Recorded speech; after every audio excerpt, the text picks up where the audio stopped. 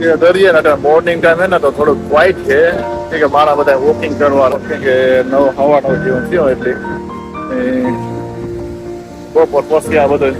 મેળો ભેળો થાય કે પગ મૂકવાની જગ્યા ન એટલા માણસ થાય.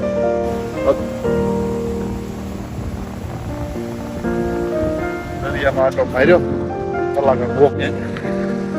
આખા ઓલિયામાં એ જવાનું છે આપણે ઉપર હાલવાનું હોય દેખાય એમાં ઓલ તો ભાઈ 3 માઇલ જેટલો થાય કિલોમીટર જેટલો હાલો વોકિંગ કરીએ પછી ગાડી દ્વારા જઈએ પાછી જવાનું જવાનું